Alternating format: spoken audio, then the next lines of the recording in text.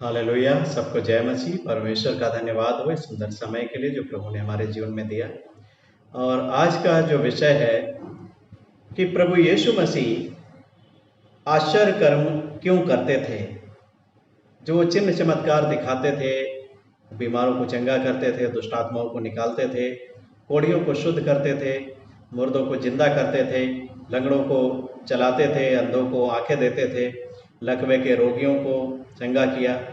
और हम सब जानते हैं कि बड़े से बड़े आश्चर्य कर्म प्रभु यीशु मसीह ने किए। आखिर इन सब के पीछे उनका उद्देश्य क्या था? वो प्रभु यीशु मसीह इन आश्चर्य कर्मों को क्यों करते थे? हालेलुया। और ये जो विषय है, ये विषय उसी अधूरे भाग का विषय है जो हमने पहले सुना कि आजकल कलीसियाओं में क्या प्रचार किया जा रहा है। चिन्ह चमत्कारों का प्रचार किया जा रहा है, आश्चर्य कर्मों का प्रचार किया जा रहा है और उनके द्वारा लोगों को अपनी ओर आकर्षित किया जा रहा है। और जैसा कि हम सभी लोग जानते हैं कि हमारा एक विषय चल रहा है कि प्रभु यीशु मसीह और यूहन्ना बपतिस्मा देने वाले ने जो सुसमाचार प्रचार की एक बुनियाद रखी, नींव रखी, मन फिराओ क्योंकि स्वर्ग का राज्य निकट आया है, क्या इसी आधार पर, इसी वेश पर आज प्रचार किया जा रहा है या नहीं? क्योंकि मन फिराना कितना आवश्यक है। बिना इसके हम कभी भी परमेश्वर की संतान नहीं बन सकते, उसके लोग नहीं बन सकते। जब तक हम पापों से पश्चाताप नहीं करते तब तक परमेश्वर कभी भी हमें ग्रहण नहीं करता, क्योंकि पाप ही के कारण मनुष्य परमेश्वर से दूर हो गया। और वो परमेश्वर जो नहीं चाहता कोई पाप में मर के नरक की आग में जाए, नष्ट हो जाए, इसलिए वो मनुष्य बनकर, यीशु बनकर इस जगत में आया और हमारे सभी के पापों को अपने ऊपर लेकर क्रूस पर प्राणों का बलिदान किया, जो मारा गया, गाड़ा गया और तीसरे दिन जी उठा। और जो आने वाला है वो प्रभु चाहता है कि उसके आगमन से पहले इस अंत समय की कलीसिया पश्चाताप करे, मन फिराए। हालेलुया। और आज हम लोग इस विषय पर बातचीत करेंगे कि आखिर प्रभु यीशु मसीह आश्चर्य कर्म क्यों करते थे, उनका उद्देश्य क्या था।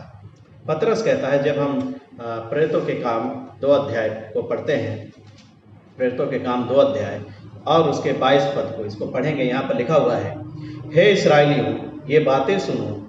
यीशु नासरी एक मनुष्य था जिसका परमेश्वर की ओर से होने का प्रमाण उन सामर्थ्य के कामों और आश्चर्य के कामों और चिन्हों से प्रकट है जो परमेश्वर ने तुम्हारे बीच उसके द्वारा कर दिखाए, जिसे तुम आप ही जानते हो।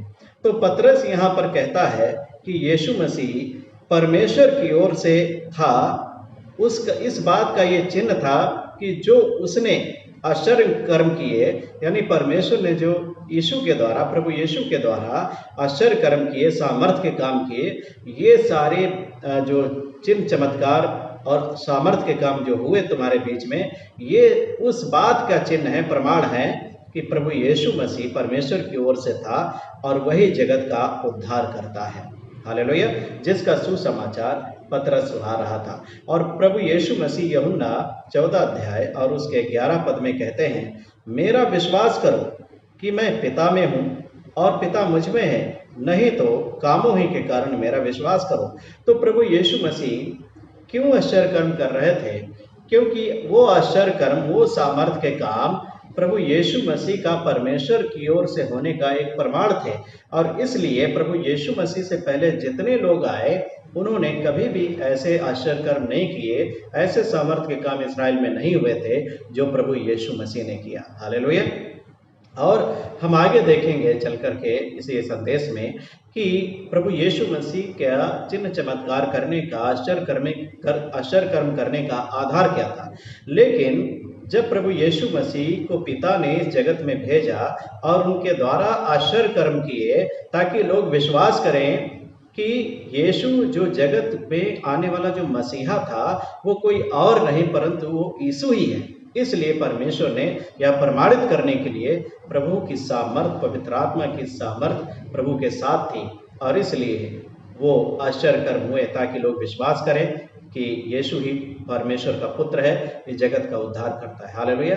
जैसे कि जब मूसा को परमेश्वर ने होरे पर्वत पर जलती हुई झाड़ी में दर्शन दिया और उससे कहा कि तू मिस्र देश को जा और मिस्र में जो रहने वाली मेरी प्रजा है उसको तू वहां से निकाल लिया।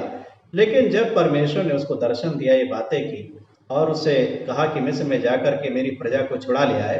तो मूसा कहता है, जब हम निर्गमन 4 अध्याय पढ़ते हैं इसके पहले पद को, यहाँ पर लिखा है, तब मूसा ने उत्तर दिया, वे मेरा विश्वास नहीं करेंगे और ना मेरी सुनेंगे, वरन कहेंगे यहोवा ने तुझको दर्शन नहीं दिया।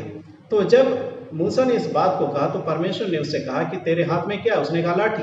उसने कहा कि इसको फेंक दे। और जब मूसा ने उस लाठी को फेंका तो क्या हुआ? वो सर्प बन गई, सांप बन गए। और मूसा डर के भागा। परमेश्वर ने कहा नहीं, उसे पकड़ ले, उसकी पूंछ को पकड़। और जब मूसा ने पकड़ा तो वो लाठी फिर से, वो सांप फिर से क्या हुआ? लाठी बन गया। और परमेश्वर ने मूसा को क्या क्या चिन्ह दिखाने का सामर्थ्य दिया, अधिकार दिया कि अगर ये चिन्ह देखकर विश्वास नहीं करेंगे तो दूसरा चिन्ह दिखाना। दूसरा चिन्ह क्या था? जब हम इसको पढ़ते हैं 6 पद से अगर हम पढ़े 9 पद तक, तो यहाँ पर प्रभु ने क्या क्या चिन्ह दिया। पहला क्या था? लाठी का सांप बनना। और दूसरा क्या था? फिर यहोवा ने उससे यह भी कहा, अपना हाथ छाती पर रखकर ढांप। अतः उसने अपना हाथ छाती पर रखकर ढांप लिया। फिर जब उसे निकाला तब क्या देखा कि उसका हाथ कोढ़ के कारण हिम के समान श्वेत हो गया है। तब उसने कहा, अपना हाथ छाती पर फिर रखकर ढांप। उसने अपना हाथ छाती पर रखकर ढांप लिया और जब उसने उसको छाती पर से निकाला तब क्या देखता है कि वह फिर सारी देह के समान हो गया। तब यहोवा ने कहा, यदि वे तेरी बात का विश्वास ना करें और पहले चिन्ह को ना माने तो दूसरे चिन्ह का विश्वास करेंगे। और यदि वे इन दोनों चिन्ह का विश्वास ना करें और तेरी बात को ना माने, तब तू नील नदी से कुछ जल लेकर सूखी भूमि पर डालना, और जो जल तू नदी से निकालेगा वह सूखी भूमि पर लहू बन जाएगा। हालेलुया। तो मिस्र देश में जब मूसा को परमेश्वर ने भेजा तो कुछ चिन्ह और चमत्कार करने का अधिकार दिया। 3 चिन्ह चमत्कार दिखाने के लिए अधिकार दिया।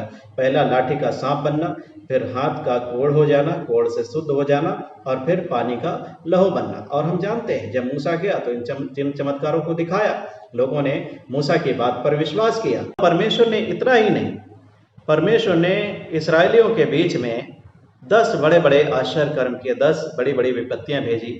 और उसके बाद जब मिस्र देश से इसराइल को निकाल के लाए, लाल समुद्र के 2 भाग करके उनको पार कर लाए। हालेलुया।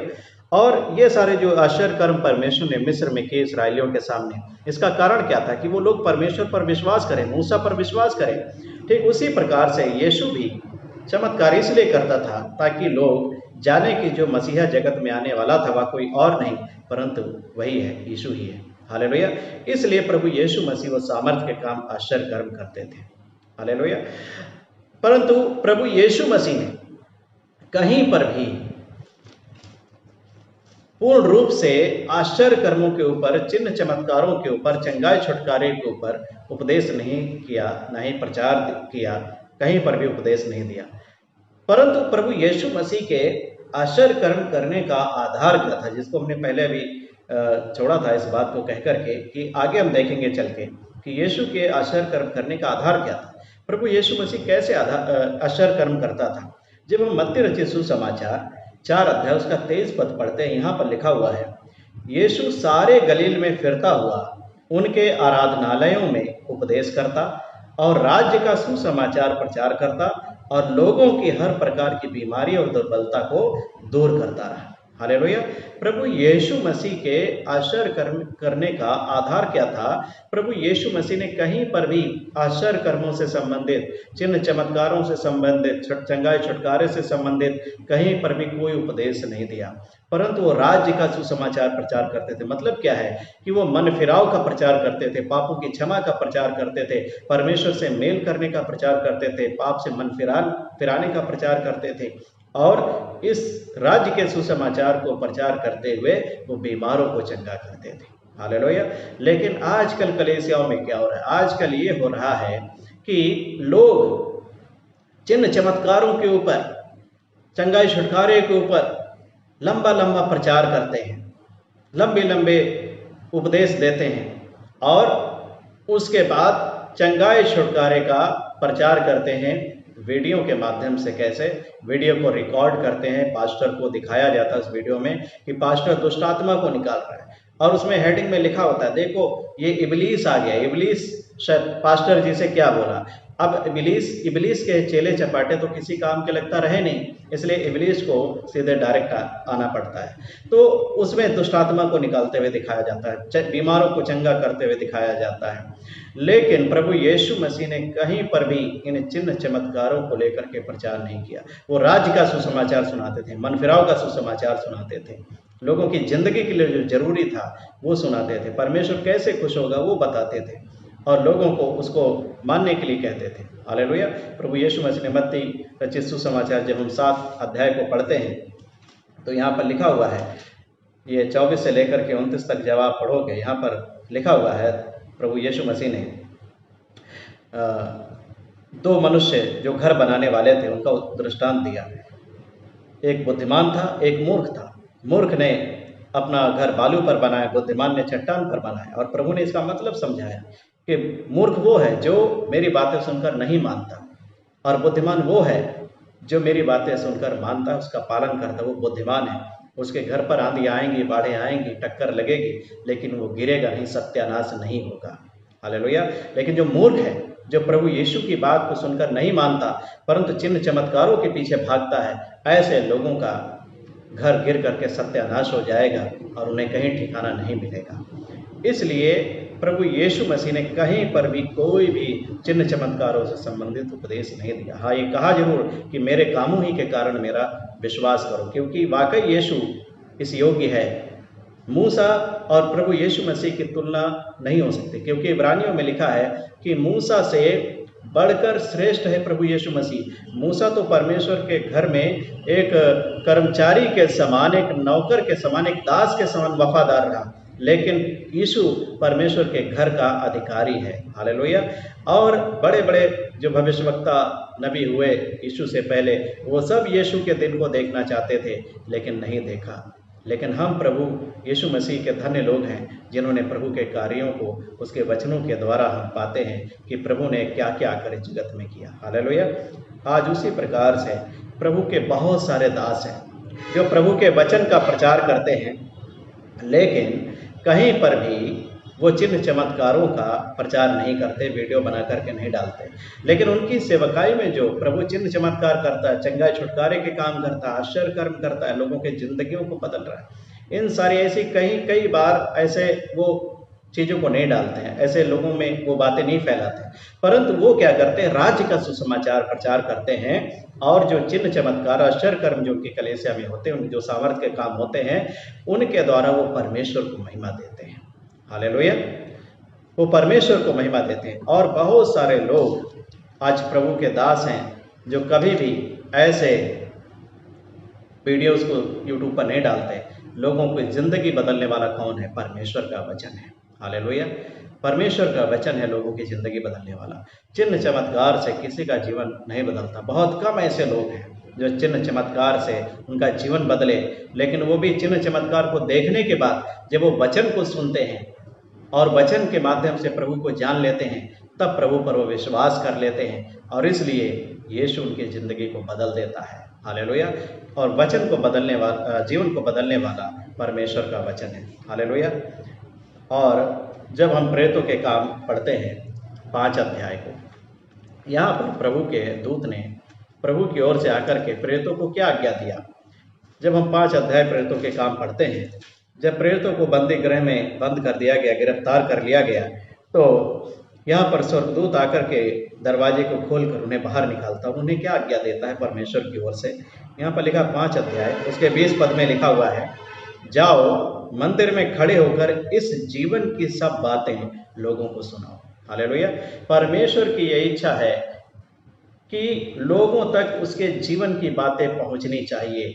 वो चाहता है कि लोग जीवन की बातें सुने, और उसके जीवन की बातें कहाँ हैं? उसके वचन में। इसीलिए वचन का सुसमाचार का प्रचार करना सबसे महत्वपूर्ण है। और यिर्मयाह 23 अध्याय को जब हम पढ़ते हैं उसके 22 पद को, यहाँ परमेश्वर क्या कहता है, यदि ये मेरी शिक्षा में स्थिर रहते तो मेरी प्रजा के लोगों को मेरा वचन सुनाते और वे अपनी बुरी चाल और कर्मों से फिर जाते।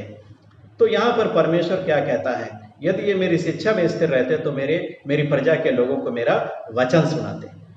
वचन सुनाने के लिए प्रभु कहता है, चिन्ह चमत्कार दिखाने के लिए नहीं कहता। प्रभु ने कहीं पर अपने प्रेरितों को भेजते वक्त ये नहीं कहा प्रभु ने पहली बात क्या कही? जाओ सुसमाचार प्रचार करो और बीमारों को चंगा करो, कोढ़ियों को शुद्ध करो, मुर्दों को जिलाओ, दुष्ट आत्माओं को निकालो। यह अधिकार दिया, लेकिन वचन सबसे पहले सुनाओ। और जरूरत नहीं है कि आज चिन्ह चमत्कारों का वीडियो बना करके, आश्चर्य कर्मों का वीडियो बना करके लोगों को फैलाओ और लोगों को अपनी ओर आकर्षित करो।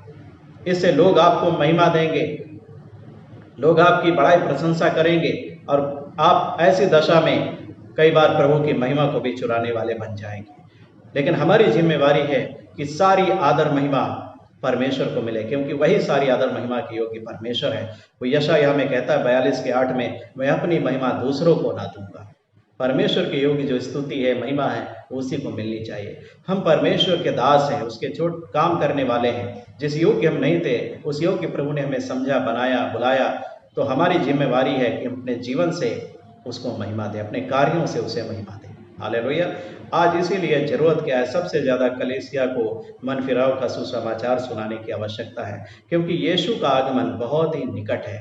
और यदि कलीसिया जागृत नहीं हुई और वो चिन्ह चमत्कारों में खोई रही, तो याद रखिएगा इसका लेखा वो प्रचारक देंगे जिन्होंने चिन्ह चमत्कारों के द्वारा भीड़ को आकर्षित किया, लेकिन कभी भी उनको जीवन की बातें नहीं सुनाई, पश्चाताप करने के लिए नहीं कहा, और वो कलीसिया चिन्ह चमत्कारों में उलझी रही और वो नष्ट हो जाएंगे। इसलिए याद रखिए, जब पहली बार इस धरती पर यीशु आया तो सुसमाचार की शुरुआत कैसे हुई? मन फिराओ, पश्चाताप करो, क्योंकि पाप ही है जो परमेश्वर से मनुष्य को अलग करता है। और आज बहुत सारे लोग जो अपने आप को विश्वासी कहते हैं, पास्टर कहते हैं, पाप में फंसे हुए हैं। आज अपने आप को जांचने की जरूरत है, उनको मन फिराने की आवश्यकता है, ताकि यीशु जब आए तब वो दोषी ना पाए जाए। हालेलुया। परमेश्वर आप सभी को इस संदेश के द्वारा आशीष दे। आप इस वीडियो को शेयर करें, लाइक करें, कमेंट करें, चैनल को सब्सक्राइब करें। सबको जय मसीह।